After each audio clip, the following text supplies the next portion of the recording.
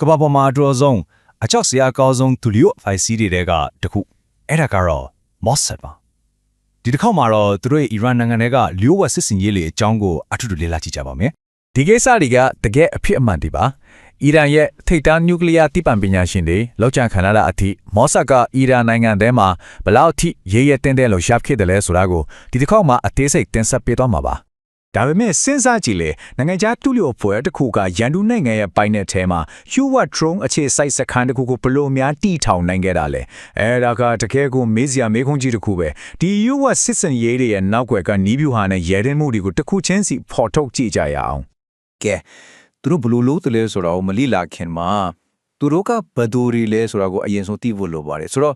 Mossad ဆိုတာကဘဒူလဲသူတို့ရဲ့အင်အားကိုကြည့်အောင်ခမန်းချင်နှစ်စဉ်ဘတ်ဂျက်ကဒေါ်လာ3ဘီလီယံရှိပြီးဝန်ထမ်းက9000လောက်ရှိတယ်။ဒါက CIA ပြင်အနောက်ကဘာမှာဒုတိယအကြီးဆုံးတူလီယိုအဖိုင်စီဖြစ်သွားစေတယ်။ဒီဂိမ်းကနားတွေကသူတို့ရဲ့စစ်စင်ရေးတွေဘလောက်ကြီးမားကျယ်ပြန့်မလဲဆိုတာကိုအများကြီးပြောပြနေပါတယ်။အခုတကယ်စိတ်ဝင်စားစရာကောင်းတဲ့အချက်တစ်ခုကတော့ Mossad ရဲ့ခေါင်းဆောင်ကိုဘလို့ခန့်တယ်လဲဆိုတာပါပဲ။အင်တန်ကိုလျှော့ဟတ်ပါတယ်။ဝန်ကြီးချုပ်ယုံနဲ့အထူးကော်မတီကလွှဲရင်ဘယ်သူမှမသိဘူး။အစိုးရအဖွဲ့တော့လွှတ်တော်တို့တောင်ပါဝင်ပတ်သက်ခွင့်မရှိပါဘူး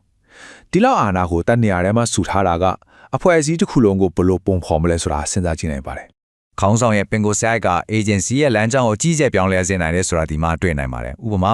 ယိုစီခိုင်းကိုစွန့်စားသူလို့လူသိများတယ်သူလက်ထက်မှာဘတ်ဂျက်ရောဝန်ထမ်းရောတိုးခဲ့ပြီးလူသိများတဲ့ဆုရှင်ရေးကြီးတွေကိုကြီးကျယ်ခဲ့တယ်သူရင်ကတိုင်မီပါရောကတော့ပိုပြီးရှေးဦးဆွဲလောက်တတ်မှတ်ခံရတယ်သူကထောက်လန်ရေးတဲ့အချက်လက်ဆုဆောင်တာကိုပဲပေါ်အောင်စိုက်ခဲ့တယ်ဒါကြောင့်ခေါင်းဆောင်တယောက်ပြောင်းတာနဲ့အဖွဲ့အစည်းရဲ့ချင်းကပ်ပုံတစ်ခုလုံးပြောင်းသွားနေတာကိုတွေ့ရမှာပါကောင်းပြီအခုသူတို့ရဲ့လုံနေလုံဟန်တွေကိုကြည့်လိုက်ရအောင်သူတို့ဘယ်လိုလှုပ်ရှားကြတယ်လဲသူတို့ရဲ့နီးဗျူဟာကအလွှာပေါင်းစုံပါတယ်ပထမဆုံးကတော့ဖိမှတ်ထားတဲ့နိုင်ငံတွေကပြည်တွင်းပဋိပက္ခတွေကိုအသုံးချပြီးဒေသခံသတင်းပေးတွေစုဆောင်းတယ်ပြီးတော့ CCTV လိုစနစ်တွေကို hack လုပ်တာမျိုးလိုအစစ်မြစ်နီးပညာတွေသုံးပြီးဖိမှတ်တွေကိုအမြဲမပြတ်စောင့်ကြည့်တယ်လိုအပ်ရင်ချင်းချောက်အချက်ကိုင်ကငွေနဲ့ပေါက်ပြီးလူတွေကိုသူတို့ဘက်ပေါအောင်ဆွဲဆောင်တယ်နောက်ဆုံးအဆင့်ကတော့တိုက်တဲ့အေးယူတာပဲHezbollah ကိုပေချာပုံးနဲ့တိုက်ခိုက်ခဲ့တာမျိုးကထူးခြားတဲ့ဥပမာတစ်ခုပေါ့ဒီစကားကသူတို့ရဲ့အဓိကအတွေ့အခေါ်ကိုအကောင်းဆုံးခေါ်ပြနေတာပါပဲသူတို့ဟာရန်သူကင်းစင်ရဲ့အတွက်အရာအနှုံးကိုလှုပ်ဆောင်ကြတယ်ဆိုလိုတာကချင်းချောက်မှုတစ်ခုဖြစ်လာမှကိုစောင့်မနေဘူးအဲ့ဒီချင်းချောက်မှုကိုအရင်ဆုံးကြိုတင်ပြီးဖျေရှားရှင်းလင်းပြတာပါပဲဒါပေမဲ့ဒီလောက်ပြင်းထန်တဲ့လုံဆောင်ချက်တွေကိုဘာကတွန်းအားပေးနေတာလဲသူတို့ဘာကြောင့်ဒီလိုတွေလုပ်နေရတာလဲအဲ့ဒီအဖြေကသူတို့ရဲ့တမိုင်းကြောင်းထဲမှာရှိနေပါတယ်သူတို့ရဲ့အဓိကတာဝန်က1949ခုနှစ်မှာတည်ထောင်ခဲ့တဲ့အစ္စရေးနိုင်ငံကိုကာကွယ်ဖို့ပါပဲအဲ့ဒီအချိန်ကတည်းကသူတို့အမြင်မှာရန်လောတဲ့အိန္ဒိယနိုင်ငံတွေကြားမှာဝန်းရံခံထားရတယ်လို့ခံယူထားကြတယ်အဲ့ဒီဝန်းရံခံထားရတယ်ဆိုတဲ့ခံစားချက်ကပဲ Mossad ရဲ့လှုပ်ဆောင်ရတိုင်းကိုလမ်းညွှန်နေတဲ့အခြေခံအုတ်မြစ်တစ်ခုဖြစ်လာခဲ့ပါတယ်သူတို့ရဲ့မူဝါဒတွေကိုပုံဖော်ခဲ့တဲ့အဓိကအဖြစ်အပျက်တွေကိုကြည့်လိုက်ရအောင်1949မှာနိုင်ငံစတတီထောင်ကလေးကရှင်တန်ရဲတို့ Mossad ရဲ့ရှိပြီးဖွဲ့ကိုဖွဲ့ကြည့်ခဲ့တယ်ပြီးတော့1998နဲ့ Munich Olympic မှာ Israel အားကစားသမားဆရာတပ်ဖြတ်ခံရတဲ့ဖြစ်ကသူတို့ကိုအကြီးအကျယ်ဒုံလို့စေခဲ့ပြီးလက်စားချီနဲ့ဂျိုရင်ဒါရှိမူဝါဒကိုပူပြီးခိုင်းမသွားစေခဲ့တယ်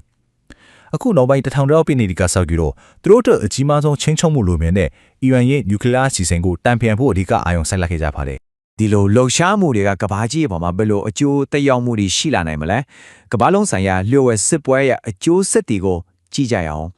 ဒီကိစ္စမှာမျက်နှာစာနှစ်ဖက်ရှိနေတာကိုတွေ့ရမှာပဲတစ်ဖက်မှာတော့သူတို့ကဒါတွေဟာနိုင်ငံတော်ရှင်တန်ရဲ့အတွက်မရှိမဖြစ်လိုအပ်တဲ့ချင်းချောက်မှုတွေကိုကြိုတင်ဟန့်တာတာဖြစ်တယ်လို့အကြောင်းပြတယ်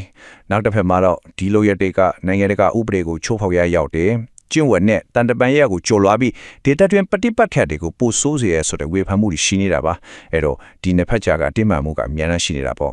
့ဒီတော့နောက်ဆုံးမေးခွန်းကတော့ရှင်တန်ရဲ့အဲ့ဆိုတဲ့ခေါင်းစဉ်အောင်မှာစီကိုဘယ်နေရာမှာချမလဲဆိုတာပါပဲဘယ်အရာကလုံတင်ပြီးဘယ်အရာကမလုံတင်ဘူးလဲဒါကတော့ဒီကဘာလုံးဆိုင်ရာလူဝစစ်ပွဲရဲ့အဖြစ်ရှာမရတဲ့အဓိကမေးခွန်းကြီးတစ်ခုဖြစ်ဆက်လက်တည်ရှိနေအောင်ပါပဲ